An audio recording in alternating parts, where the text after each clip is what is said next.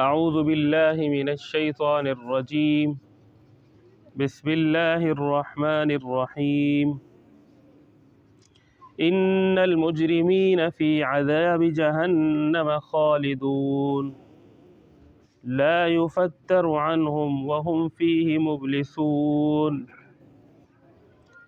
وما ظلمناهم ولكن كانوا هم الظالمين صدق اللہ العظیم رب اشرح لي صدری ویسر لی امری واحلل عقدۃ من لسانی یفقہوا قولی۔ 25ویں سپارے کی سورہ زخرف ہے، اور سورہ زخرف کی آخری درس میں ہم نے 73 آیات کا ترجمہ اور تفسیر جو ہے وہ پڑھ لیا تھا، اور آج 73 سے لے کے اس سورت کے ختم تک آیت نمبر 89 ایک کم 90 مکمل جو ہے وہ سورت ختم ہوگی۔ گزشتہ آخری درس کے اندر جو مضامین اللہ تبارک و تعالی نے بیان فرمائے، اس میں سے قیامت کا منظر اللہ تبارک و تعالی نے بیان فرمایا، اور پھر مشرکین اور کفار کے حق کو قبول نہ کرنے کا بیان فرمایا کہ وہ حق کو قبول نہیں کرتے۔ پھر اس کے بعد جو ہے جو مومنین تھے ان کے احوال کو بیان فرمایا کہ ان کی دنیا میں کیا کیفیت تھی، اور ان کے لیے آخرت میں کیا کیا انعامات تیار فرمائے ہیں۔ آج کی آیتوں میں مجرمین کا ذکر ہے۔ مجرمین سے مراد جو ہے وہ رسول اللہ صلی اللہ علیہ وسلم کے پیغام کو نہ ماننے والے، اللہ تبارک و تعالیٰ کی توحید کو نہ ماننے والے، اور مجرمین کا آخرت میں کیا حال ہوگا، ایک یہ مضمون بیان ہے، اور اس کے ساتھ ساتھ اللہ تبارک و تعالیٰ نے اپنی قدرت کا ذکر فرمایا ہے کہ میری قدرت کیا ہے۔ ان المجرمین فی عذاب جہنم خالدون، بے شک مجرمین جو ہے وہ جہنم کے عذاب کے اندر خالدون ہمیشہ رہیں گے۔ مجرمین جہنم کے عذاب کے اندر ہمیشہ رہیں گے۔ لا یفتر عنہم وہم فیہ مبلسون، اور ان سے جو ہے ان کو کوئی امید نہ ہوگی، وہ اس میں ہمیشہ رہیں گے۔ ایک شخص کو سزا ہوتی ہے، اور سزا ملنے کے بعد اس کو لگتا ہے کہ مجھے یہ سزا تو مل رہی ہے لیکن اس کو ختم ہو جانا ہے، تو اس سے اس کو راحت ملتی ہے، اور کچھ نہ کچھ اس کو امید ہوتی ہے کہ مجھے جو ہے وہ آرام اور سکون آئے گا۔ یہاں مجرمین کے لیے جو ہے کوئی ایسی صورت نہیں ہے کہ اس کے بعد انہوں نے راحت کی صورت ہونی ہے، کوئی آرام کی صورت ملنی ہے۔ وما ظلمناہم، اب اتنا سخت عذاب ہے، پھر اللہ تبارک و تعالی خود ہی بیان فرماتے ہیں کہ یہ مجرمین کے ساتھ ایسا کیوں ہو رہا ہے۔ وما ظلمناہم، یہ ہم نے ظلم نہیں کیا، ولکن کانوا هم الظالمین، یہ خود ظلم کرنے والے تھے۔ ان کے پاس رسول اللہ صلی اللہ علیہ وسلم دعوت کا پیغام لے کر آئے، اللہ کے رسول، اور اس کو باوجود حق کے انہوں نے انکار کیا۔ سچا ہونے کے باوجود بھی اس کا اقرار کیا۔ آگے کی آیتوں میں مزید آ رہا ہے کہ کس طرح سے یہ حق باوجود ماننے کے پھر بھی نہیں مانتے۔ وَنَادَوْا يَا مَالِكُ، وہاں پر ان کا کیا حال ہوگا۔ وَنَادَوْا يَا مَالِكُ لِيَقْضِ عَلَيْنَا رَبُّكَ، اور وہ اس دن مالک کو پکاریں گے۔ مالک ایک تفسیر کے مطابق فرشتہ ہے جو جہنم میں موجود ہوگا، اس کا نام مالک ہے۔ دوسری تفسیر میں یہ ہے کہ اس سے مراد جو ہے اللہ تبارک و تعالیٰ کو پکاریں گے، اور کیا پکاریں گے؟ لِيَقْضِ عَلَيْنَا رَبُّكَ، ہمارے لیے موت کا فیصلہ کر دیں۔ شدید عذاب کے اندر مبتلا ہیں، اور وہ جب انسان شدید تکلیف کے اندر ہو تو پھر یہی سوچتا ہے کہ اس سے تو اچھا ہے کہ میں مر جاؤں۔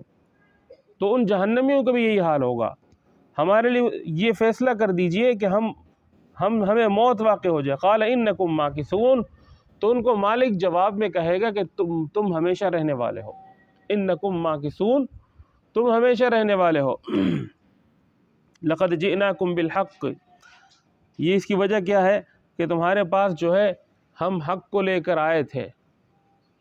وَلَكِنَّ أَكْثَرَكُمْ لِلْحَقِّ كَارِهُونَ، لیکن تم میں سے اکثر جو ہے وہ حق کو ناپسند کرنے والے ہیں۔ ام ابرموا امرا فإنا مبرمون، یہ الگ مضمون ہے۔ اور اس آیت کا ترجمہ یہ ہے کہ انہوں نے کسی کام کا فیصلہ کر لیا ہے تو ہم نے بھی فیصلہ کر لیا ہے۔ اور اس کا پس منظر یہ ہے کہ مکہ مکرمہ میں کفار اور مشرکین آپ صلی اللہ علیہ وسلم کے قتل کا خفیہ منصوبہ بنایا، تو یہ منصوبے کو اللہ تبارک و تعالی یہاں پر ذکر فرما رہے ہیں کہ انہوں نے کسی منصوبے کا جو ہے کوئی منصوبہ بنایا ہے تو ہم بھی منصوبہ بنانے والے ہیں۔ اور پھر فرمایا کہ ام یحسبون انا لا نسمع سرهم ونجواهم، یہ گمان کرتے ہیں کہ انا لا نسمع، کہ ہم نہیں سن رہے، سرهم ان کی سرگوشی، ونجواهم اور ان کا آپس میں مشورہ، بلا ورسلنا کیوں نہیں ایسا ہے، بلکہ ہمارے رسول جو ہے، یہ ہمارے فرشتے جو ہے، لدیہم یکتبون ان کے پاس لکھ رہے ہیں، ہمارے فرشتے ان کے پاس موجود ہیں اور وہ ایک ایک چیز کو جو ہے وہ ریکارڈ کر رہے ہیں۔ قل ان کان للرحمن ولد فانا اول العابدین۔ اب یہ ایک اور بات کہ مشرکین کا یہ کہنا تھا کہ فرشتے جو ہے وہ اللہ تعالیٰ کی بیٹیاں ہیں، تو اس کے جواب میں اللہ تبارک و تعالیٰ فرماتے ہیں کہ ان سے کہو للرحمن، اگر رحمان کے لیے کوئی ولد کوئی بیٹا ہوتا، رحمان کے لیے کوئی اگر دنیا میں کوئی خلیفہ ہوتا، فانا اول العابدین، تو میں کیا کرتا، سب سے پہلے میں اس کی عبادت کرتا۔ رحمان کا، اللہ تبارک و تعالیٰ کا کوئی بیٹا نہیں ہے، اور اس سے نعوذ باللہ یہ مراد نہیں کہ اللہ تبارک و تعالیٰ کی کوئی اولاد ہوگی، بلکہ یہ اس طرح سے ذکر فرمایا کہ اگر ایسا ہوتا بھی، تو ایسا ہونا تو ناممکن ہے، لیکن اگر ایسا ہوتا بھی تو سب سے پہلے جو ہے رسول اللہ صلی اللہ علیہ وسلم جو ہے اس کی اطاعت کرتے۔ سبحان رب السماوات والارض رب العرش عما یصفون، یہ جو انہوں نے اللہ کے ساتھ کسی معبود کو شریک ٹھہرایا ہے، اللہ تبارک و تعالیٰ فرماتے ہیں اللہ تبارک و تعالیٰ اس سے پاک ہیں۔ اور اللہ تبارک و تعالیٰ کی ذات کیا ہے، رب السماوات آسمانوں کا رب ہے، والارض اور زمین کا رب ہے، ورب العرش اور عرش کا رب ہے، عرش کا مالک ہے، عما یصفون اللہ تبارک و تعالیٰ اس سے پاک ہے جو وہ یہ کہتے ہیں کہ اللہ تبارک و تعالیٰ کے اب کوئی بیٹا ہے، اللہ تبارک و تعالیٰ کے ساتھ کوئی شریک ہے، اللہ تبارک و تعالیٰ اس سے پاک ہے۔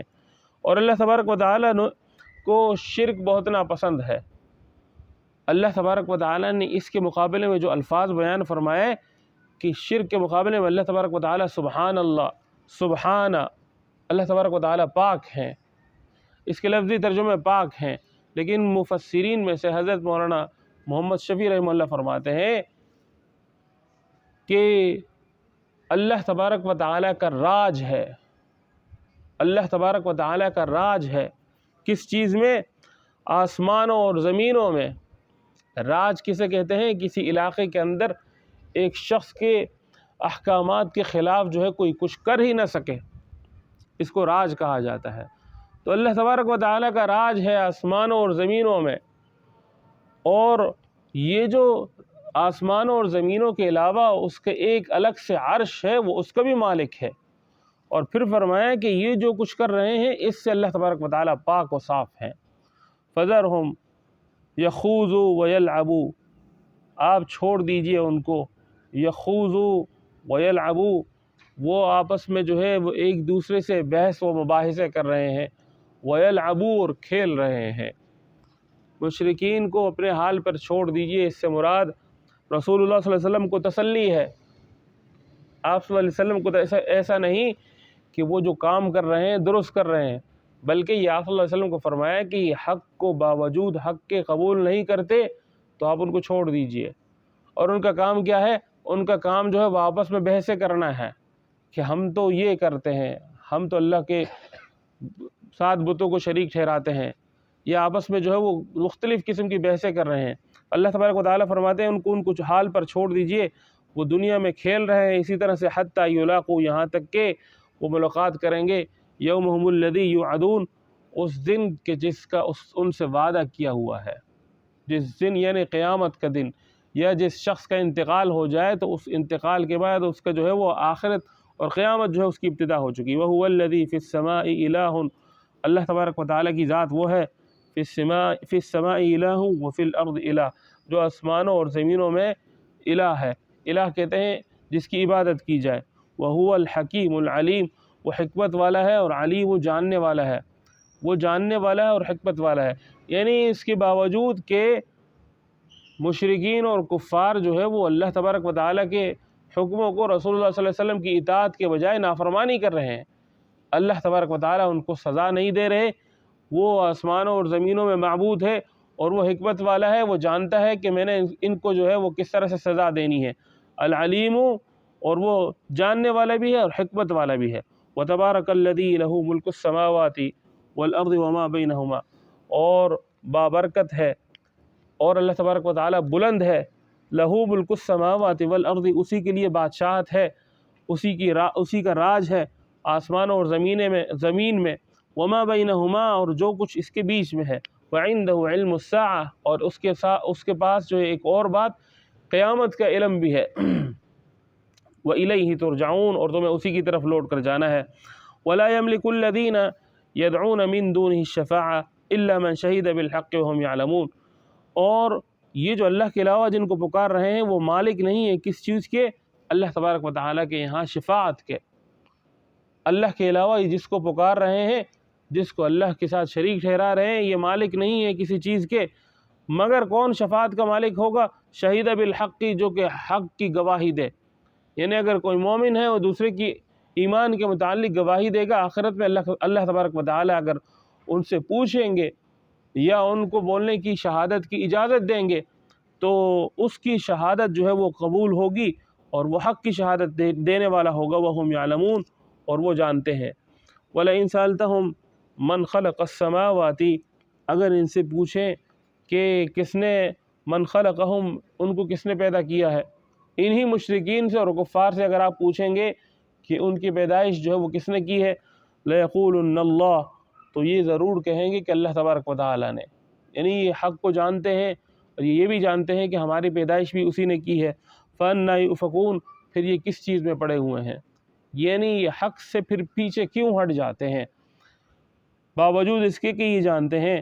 وَقِيلِهِ يَا رَبِّ، اور یہ بھی رسول صلی اللہ علیہ وسلم کا فرمان ہے، یا ربی، اے میرے رب، ان ہؤلاء قوم لا یؤمنون، یہ ایسی قوم ہے جو ایمان نہیں لے کر آتی۔ یعنی مشرکین کے متعلق اللہ تبارک و تعالیٰ کی ذات خود جو ہے ان سے نمٹنے کے لیے کافی ہے، اور پھر ان کے اعمال جو ہے وہ ایسے ہیں کہ پوری دلیلیں جو ہے وہ ثابت ہو چکی ہیں۔ اس کے بعد ایک اور دلیل کہ رسول اللہ صلی اللہ علیہ وسلم جو ہے وہ اللہ تبارک و تعالیٰ سے شکایت کرتے ہیں کہ یہ ایسی قوم ہے کہ جو ایمان نہیں لے کر آتی، اس کے باوجود بھی اللہ تبارک و تعالیٰ ان کو فی الحال جو ہے وہ عذاب نہیں دے رہے، اس لیے کہ ان کا آخرت کا عذاب جو ہے وہ ہمیشہ کا ہے اور بہت دردناک ہے۔ تو یہ اللہ تبارک و تعالیٰ نے ایک اور دلیل پیش کی کہ رسول صلی اللہ علیہ وسلم جو ہے ان کے متعلق ان کا کیا کہنا ہے کہ یہ قوم میری ایمان نہیں لے کر آ رہی۔ فاصفح عنہم وقل سلام، اگر ایک شخص جو ہے باوجود اس کے کہ جانتا ہے کہ دوسرا حق پر ہے، اس کے باوجود بھی جو ہے نہیں مانتا، تو فرمایا کہ فاصفح عنہم، ان کو چھوڑ دیجئے، وقل سلام، ان کو کہہ دیجئے سلام، فسوف یعلمون، اور یہ عنقریب جان لیں گے۔ یعنی ایک شخص باوجود اس کے کہ حق پر ہے لیکن جہالت کی وجہ سے نہیں مانتا، تو اس کے لیے پھر حکمت کا تقاضا یہ ہے، شریعت میں اس کا طریقہ یہ ہے کہ اس کو جو ہے وہ سلام کہہ کر کے اس سے اچھے طریقے سے جو ہے وہ جان چھڑا لی جائے۔ یہ سورہ زخرف کی آخری آیت تھی۔ دعا فرمائے اللہ تبارک و تعالی ہمیں اپنے کلام کو سمجھنے اور عمل کرنے کی توفیق نصیب فرمائے۔ الحمدللہ رب العالمین، والصلاة والسلام على سید الانبیاء والمرسلین۔ ربنا آتنا في الدنيا حسنة وفي الآخرة حسنة وقنا عذاب النار. اللهم احسن عاقبتنا في الأمور كلها وأجرنا من خزي الدنيا وعذاب الآخرة. اللهم إنا نسألك رضاك والجنة ونعوذ بك من سخطك والنار. یا اللہ آپ کے کلام پاک کو پڑھا گیا ہے اور سنا گیا ہے، یا اللہ اسے قبول فرما۔ یا اللہ اس کلام پاک کی ان آیتوں کے مطابق یا اللہ ہمیں صدق دل سے اس کو بار بار سمجھنے کی توفیق نصیب فرما۔ یا اللہ قرآن کریم میں اللہ تبارک و تعالیٰ نے آپ نے جو اپنی بڑائیاں بیان کی ہیں ان کو ہمیں دل کے گہرائیوں سے سمجھنے کی توفیق نصیب فرما۔